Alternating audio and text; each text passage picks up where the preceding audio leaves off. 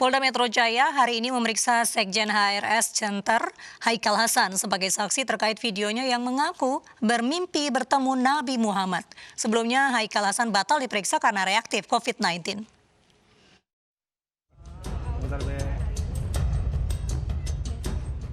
Usai batal diperiksa Rabu pekan lalu, Sekretaris Jenderal Habib Rizik Center Haikal Hasan hari ini mendatangi Mapolda Metro Jaya untuk diperiksa. Haikal diperiksa sebagai saksi terkait videonya yang mengaku bermimpi bertemu Nabi Muhammad. Rabu lalu, usai menjalani rapid test antibodi sebagai prosedur pemeriksaan di Polda Metro Jaya, Haikal Hasan dinyatakan reaktif COVID-19. Pemeriksaan pun batal dilakukan. Haikal langsung dibawa ke Rumah Sakit Polri Kramat Jati, Jakarta untuk tes PCR. Namun hasil tes PCR Haikal dinyatakan negatif COVID-19.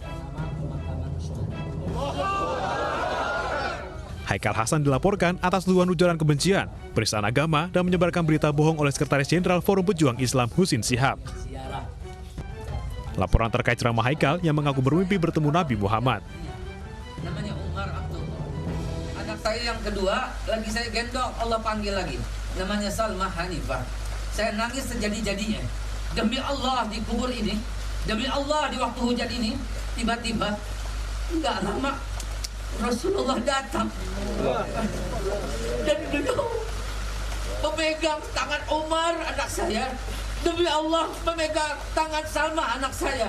Seraya Rasulullah berucap kepada saya, jangan takut kata Rasulullah, jangan khawatir ya Rasulullah, kata Rasulullah. Salma dan Umar bersama saya.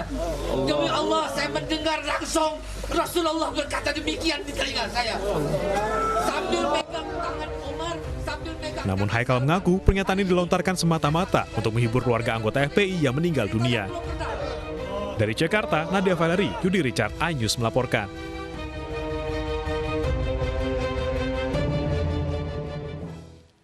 Komnas HAM mengumumkan hasil temuan terkait penembakan Laskar FPI di Tol Jakarta Cikampek. Di sisi lain, penyelidikan oleh polisi masih terus berlangsung.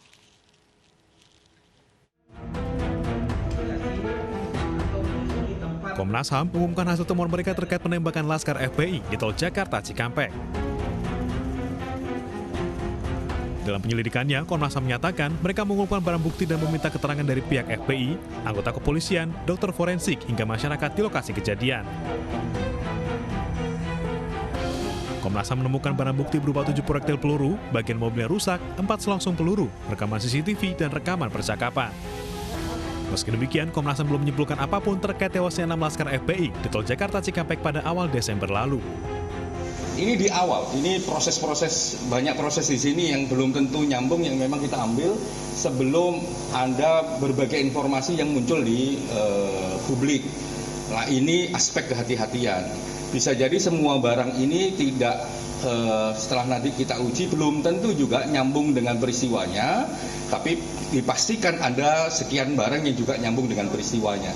Nah ini yang membutuhkan informasi lebih lanjut. Nah penting untuk kami utarakan di sini karena apa? Kami belum pernah ngambil kesimpulan apapun. Jadi kalau Anda yang berita macam-macam yang sudah ngambil kesimpulan dan sebagainya, kami pastikan itu hoax. Di sisi lain, proses penyelidikan oleh kepolisian juga terus berlangsung. Ya tentunya kan polisi juga memeriksa beberapa saksi ya. Sudah dilakukan oleh Dirtipidum Bareskrim. Nanti juga artinya bahwa kita juga terbuka dengan Komnas HAM, kita juga welcome yang dibutuhkan apa kita berikan.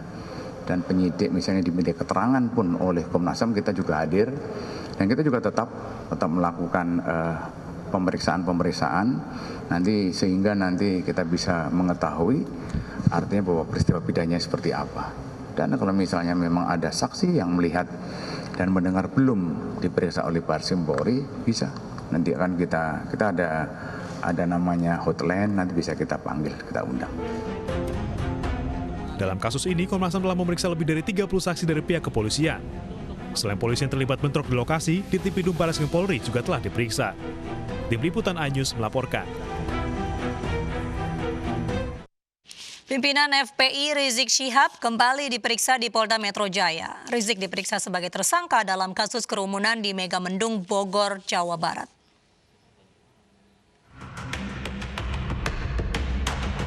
Penyidik Bareskrim Polri memeriksa Rizik Syihab di Rutan Narkoba Polda Metro Jaya lantaran tengah ditahan terkait kasus kerumunan di Petamburan, Jakarta. Rizik Syihab diperiksa sebagai tersangka dalam kerumunan di Megamendung, Bogor, Jawa Barat. Dalam kasus ini, Rizik ditetapkan sebagai tersangka tunggal karena kegiatan di Megamendung, Bogor, Jawa Barat tidak memiliki susunan kepanitiaan. Siapa Bang? Rizik. Oh, udah nanya Rizik. Makanya Rizik juga, berarti dia tidak kepanitiaan juga. Sama yang panitia-panitia lainnya juga tuh? Dia tidak ada kepanitiaan di sana. Oh, baru dia langsung. Tidak ada kepanitiaan. Menanggapi kasus ini, kuasa hukum Rizik Syihab menyatakan pihaknya akan menghadapi proses hukum. Bahkan Aziz Yanuar menyebut Rizik meminta setiap daerah melaporkannya ke pihak berwajib. Mendung, maka tanggapan beliau adalah silakan saja kalau perlu setiap daerah melaporkan terkait beliau tidak masalah gitu kan, lapor sebanyak-banyaknya, lapor sesukanya seperti itu. Dan akan dihadapi secara hukum juga, akan tetapi pesan dari beliau adalah beliau rela dan mau untuk memenuhi semua proses ini, akan tetapi beliau juga minta bahwa kasus dugaan pelanggaran HAM berat, dugaan pembantaian yang dilakukan terhadap 6 laskar FPI juga diproses secara hukum, secara adil. Pimpinan Front Pembela Islam dijerat Undang-Undang Nomor 4 Tahun 1984 tentang wabah penyakit menular dan Undang-Undang Kekarantinaan Kesehatan. Tim Liputan iNews melaporkan. Kasus kerumunan yang menjerat pimpinan FPI Rizik Syihab tidak hanya terjadi di Megamendung, Bogor, Jawa Barat saja, pemirsa. Kerumunan juga terjadi saat kedatangan Rizik Syihab di tanah air serta kerumunan di Petamburan, Jakarta.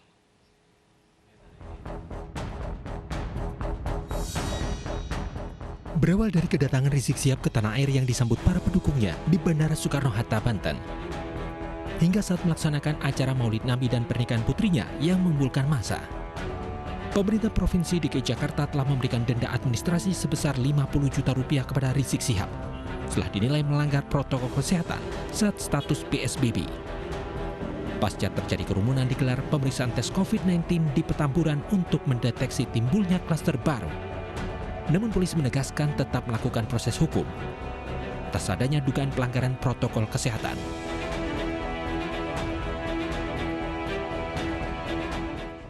Kerumunan akad nikah di Petamburan berdasarkan hasil penyelidikan sudah ditemukan adanya perbuatan pidana, sehingga hari ini naik sidik.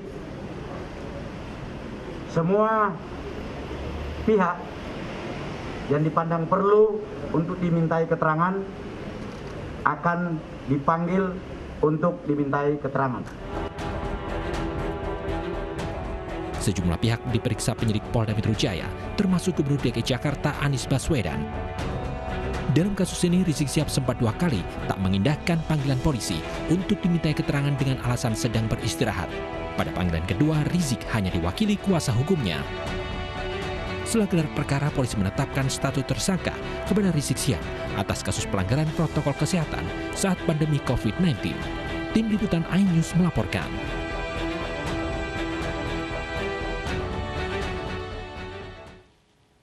Kerumunan saat pandemi COVID-19 terjadi di Pasuruan, Jawa Timur. Kerumunan terjadi saat pemakaman tokoh ulama Habib Hasan bin Muhammad bin Hud Assegaf.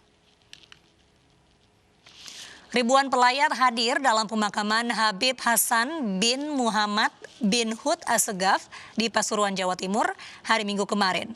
Ulama yang dikenal sebagai pemuka agama yang bersahaja ini disolatkan dan dimakamkan di lingkungan Masjid Agung Al-Anwar, Pasuruan. Selain mengantarkan ke peristirahatan terakhir, massa juga rela berdesakan agar dapat masuk ke masjid untuk sholat jenazah.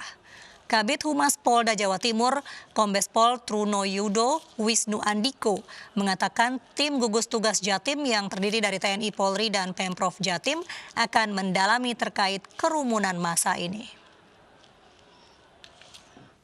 Timur masuk di bagian dalam Satuan Penugasan Gugus Tugas Percepatan Penanganan COVID-19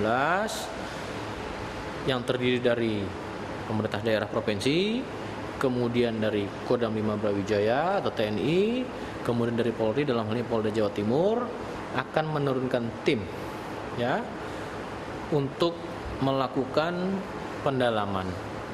Karena yang beredar video tersebut adalah di hilir ya, yang sebagaimana kita bisa lihat.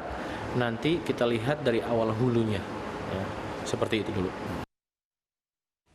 Seorang karyawati di salah satu bank BUMN ditemukan tewas di rumahnya di Denpasar, Bali. Kami akan hadirkan informasi selengkapnya di iNews Malam sesaat lagi.